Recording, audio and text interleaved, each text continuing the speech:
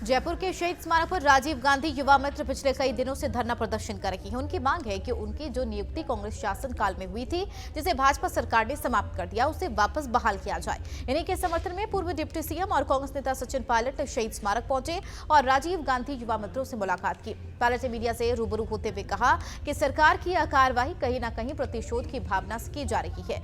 इसी पर पलटवार करते हुए सवाई माधोपुर खंडार से भाजपा विधायक जितेंद्र कोटवाल ने कहा कि जिस सरकार के शासनकाल में 19 पेपर लीक हुए थे, कम से कम वो लोग तो युवाओं के हक की बात ना करें। किसानों को रोजगार देने की बात भाजपा करती है, केंद्र सरकार करती है, प्रदेश सरकार कर रही है। और जब चुनाव लड़े गए थे तब ये कहा गया था कि नौजवानों को अवसर दिए जाएंगे।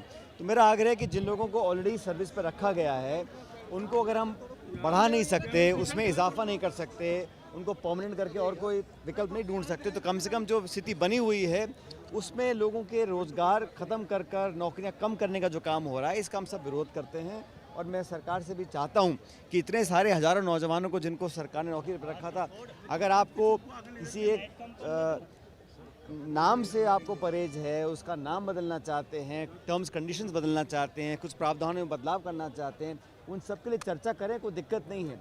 लेकिन पढ़े लिखे शिक्षित नौजवान जिनको रोज़गार ऑलरेडी मिला हुआ है, उनसे आप रोज़गार छीन लें, मैं इसको गलत कदम मानता हूं। और इतने दिनों से ये लोग यहाँ पर धरना दे रहे हैं, हड़ताल कर रहे हैं, काफ़ी बच्चों की तबीयत भी खराब हो गई है, तो सरकार को आगे आके चर्चा करनी चाहिए।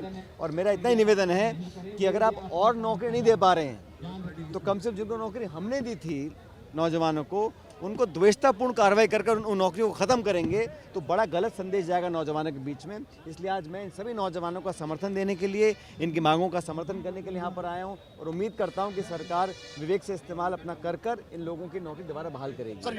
देखिए, कांग्रेस सरकार के किसी भी नेता को ये कहने का अधिकार इसलिए नहीं है। सबसे बड़ा युवाओं के साथ अगर खिलवाड़ किया तो राजस्थान की पिछली कांग्रेस सरकार ने किया। इनके समय में 19 पेपर लीक होना पूरे देश भर में एक बड़ा रिकॉर्ड बना है। राजस्थान को शर्मसार किया इन लोगों ने।